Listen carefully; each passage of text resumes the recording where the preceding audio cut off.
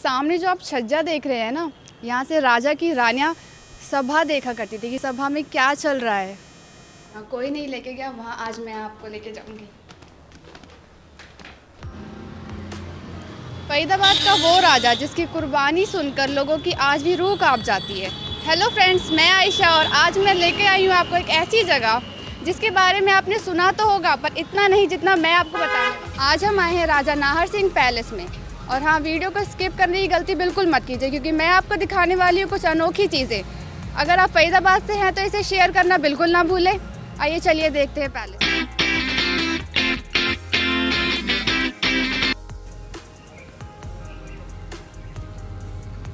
तो लीजिए साथियों, इसी के साथ ही मैं पहुंच गई हूँ राजा नाहर सिंह पैलेस के मेन गेट पर। तो आइए मैं आपको दिखाती हूँ गेट।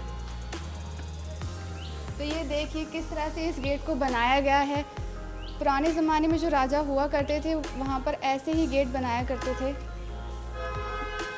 गेट तो आपने देख लिया, तो आइए इसी के साथ मैं आपको दिखाना चाहती हूँ कुछ शिल्पकारियाँ जिसने भी इन्हें बनाया है। क्या खूब बनाया है, क्या ही कहने इसके। साथ में सीढ़ियाँ भी जा रही हैं जहाँ से राजा अपनी रानियों से मिलने के लिए जाया करता होगा। जिसकी एंट्री इतनी लाजवाब हो, उस महल के बारे में क्या ही कहना। तो देरी ना करते हुए ये चलते हैं महल के अंदर।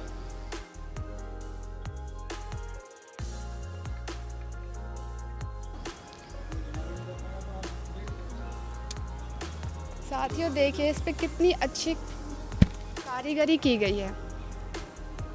गेट पुराने ज़माने में राजा महाराजाओं के महलों में ऐसे ही गेट हुआ करते थे और आज भी ये गेट वैसा की वैसा ही है।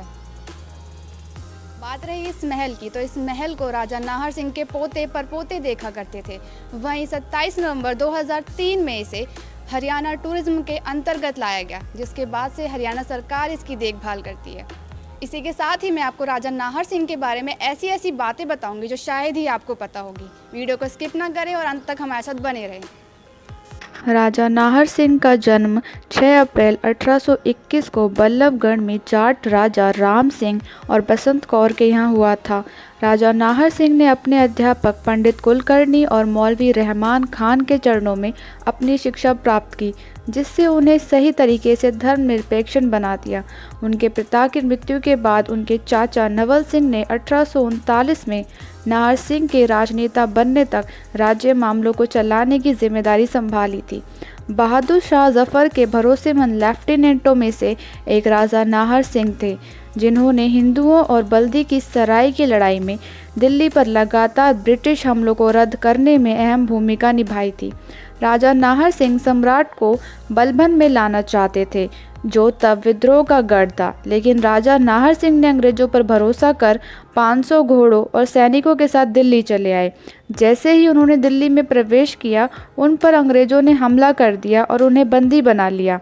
उनके अनुरक्षण सैनिकों को निर्दयतापूर्ण कुचल दिया गया था। साथ ही ब्रिटिश जनरल हडॉन, जो पिछले मुठभेड़ों से राजा नाहर सिंह को जानते थे, उन्होंने राजा नाहर सिंह को अपने जीवन को त्यागने की पेशकश की।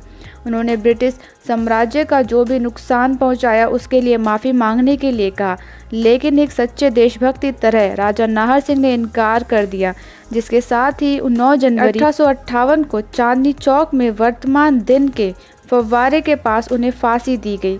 तब तक वह केवल 35 वर्ष के थे।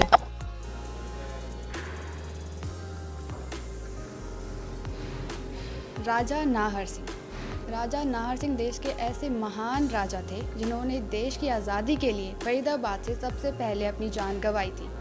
अंग्रेज़ों द्वारा झूठी खजाने की चोरी के आरोप में इन्हें फांसी की सज़ा सुनाई गई थी।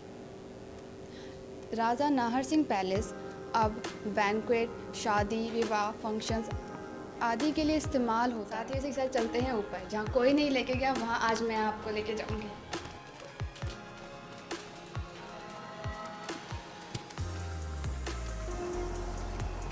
वाह, इसी के साथ आ गए हम इसकी छत पे। तो आप देख सकते हैं यहाँ पे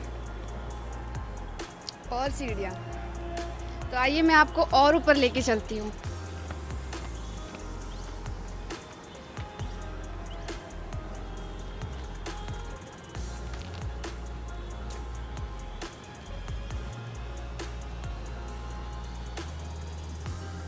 यहाँ पे भी काफ़ी शिल्पकारियाँ देखने को मिलती है। दोस्तों इसी के साथ मैं आपको लेके चलती हूँ राजा की रानियाँ जहाँ से राजा को देखा करती थी, उस छज्जे पर। तो आइए चलते हैं इसी के साथ।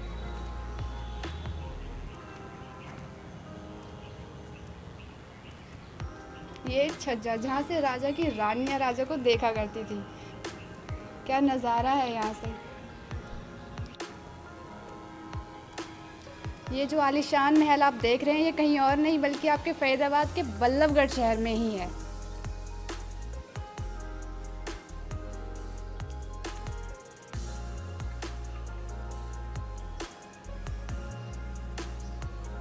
चलते चलते बहुत थक गए हैं। अब मैं बैठी हूँ इस गद्दी पे। ये गद्दी है या फिर झूला समझ नहीं आ रहा, पर इस पे बैठ के राजा महाराजा वाली फीलिंग आ रही है। तो चलिए बिना किसी देरी के इस वीडियो को आगे दिखाते हैं।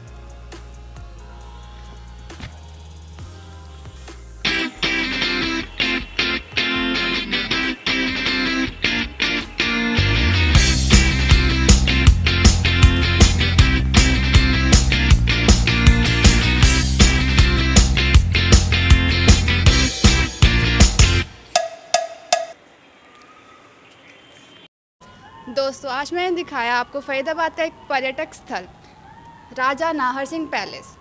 अगर आपको राजा नाहर सिंह के बारे में कुछ भी पता है तो हमें कमेंट करके ज़रूर बताइए, और ऐसे ही फरीदाबाद के पर्यटक स्थलों को देखने के लिए हमारे साथ जुड़े रहें।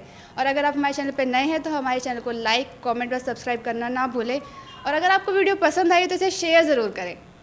Bye bye.